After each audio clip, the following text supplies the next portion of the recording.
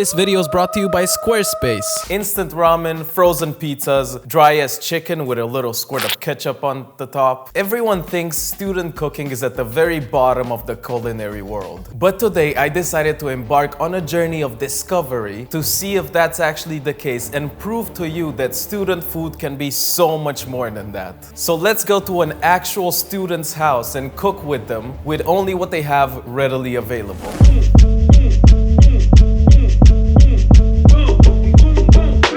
The challenge is simple, make 3 home-cooked meals using only what I can find in a student kitchen. But first, let's see what we have to work with. All right, I think we're here. The doorbell does not work, just knock.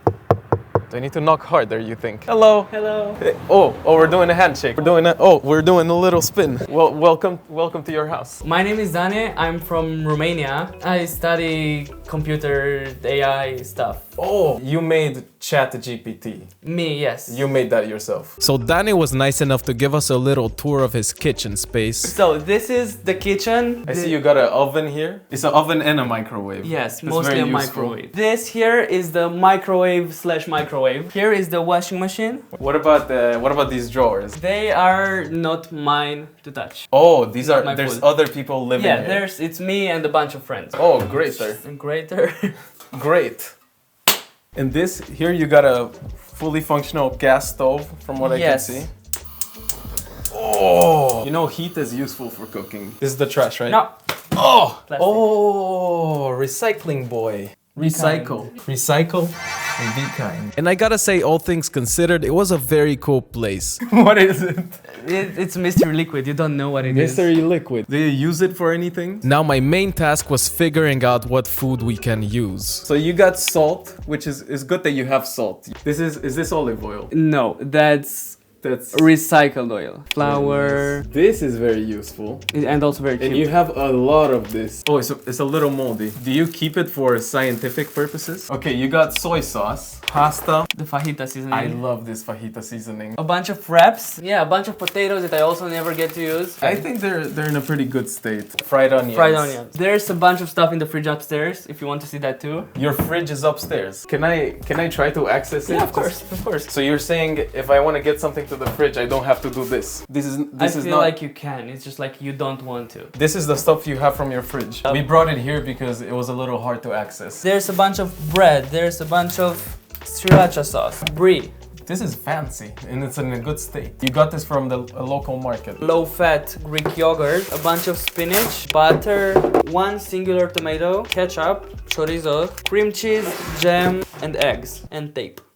Oh, tape. Yeah. This is definitely not a bad scenario. So before I made anything, I asked Dane to show me one of his go-to meals so I can get an idea of how he would normally cook. And I gotta say, I was impressed. You're so good at mixing. Spices, like there's a lot of spices. What is that? It's paprika. Garlic flakes. Can you do that in my mouth a little bit? This is fajita seasoning, which I use for absolutely everything. You really seasoned the heck out of those eggs. Also, we should get this prepared. This is brie cheese. It's really not an expensive cheese. Wow. It's a thick brie slice. He added some spinach to a well-oiled pan and just cooked that until it was wilted. Okay, so we have spinach, right? We all see that there is spinach in this pan. I'm confirming there's spinach in there. He then added the onions and mixed everything until it was fragrant. And then the beaten eggs. I've never seen an egg so dark.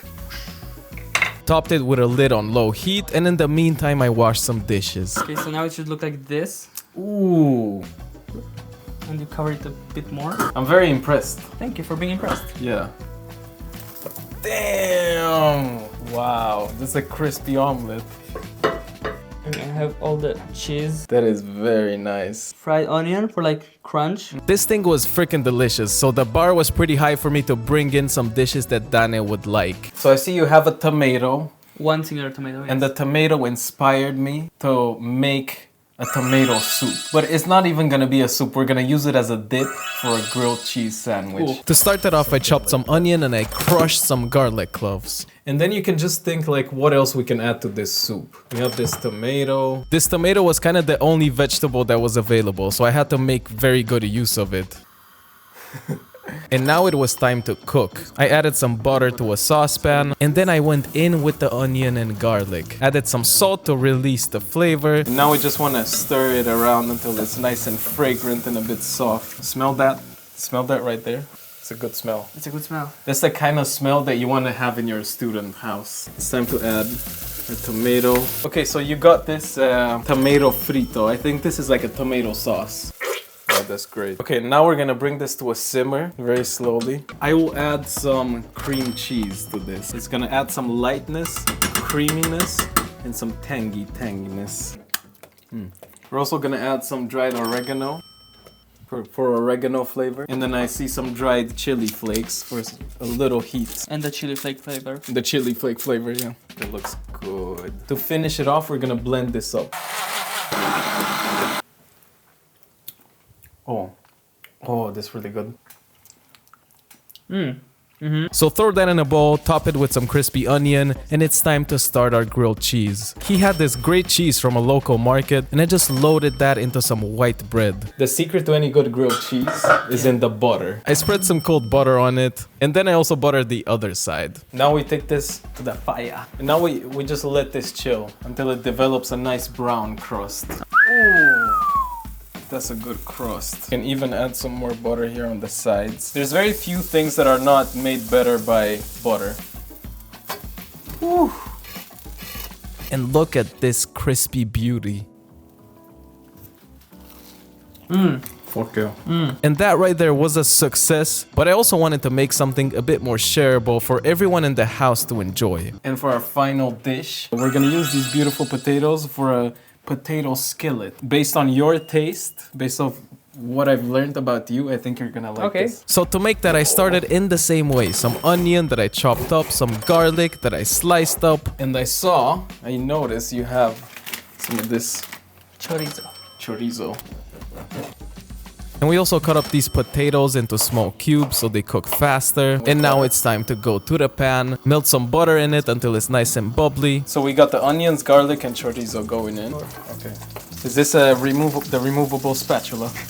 Nice. And this is also a little salty, so we don't need to add too much salt. I eventually deglazed the pan with some vinegar, fancy cooking words, and carefully added in the potatoes. Now we're gonna add some water, because the water is gonna make some steam. Top it. And now the potatoes are steaming. Because of the steam, the potatoes are now steaming. That's excellent logic. And in about 8 minutes of cooking and stirring, the potatoes were done.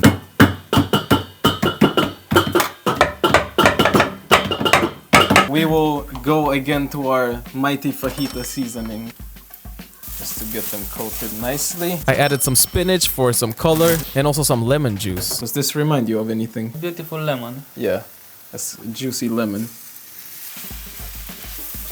We make 3 little holes.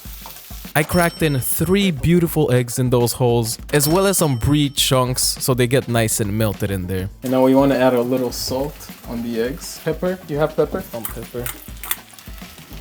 2 splashes of water. Let it steam just until the top is barely cooked. And this was pretty phenomenal. I overcooked the eggs a little bit, but the flavors were there. And most importantly, Dane liked it and everyone did.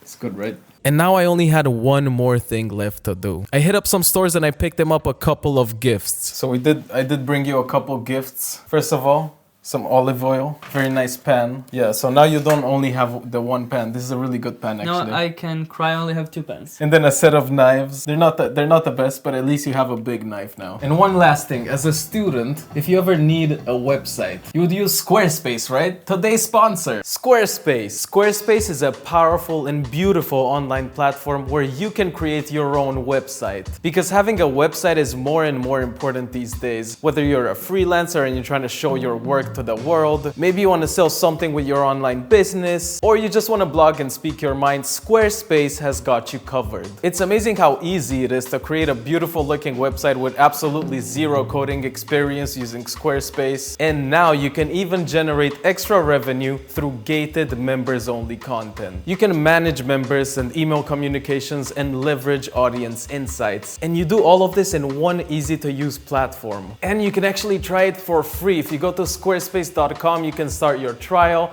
And once you're ready to publish your amazing creation, you go to squarespace.com/KWOOWK and you get 10% off your first purchase of a website or a domain. That's right, squarespace.com/KWOOWK. Link is in the description below. Thank you, Squarespace, for supporting the channel. But anyways, thank you for letting me intrude your house. Thank you for intruding my house. Yeah, you're welcome. Click on one of these two videos, right? They should click on these videos. Subscribe, and also, check Dane out. He has an Instagram page. What is it called? He takes very nice pictures, and he's gonna take pictures of me, and they're gonna be in there. Give him a follow. Bye.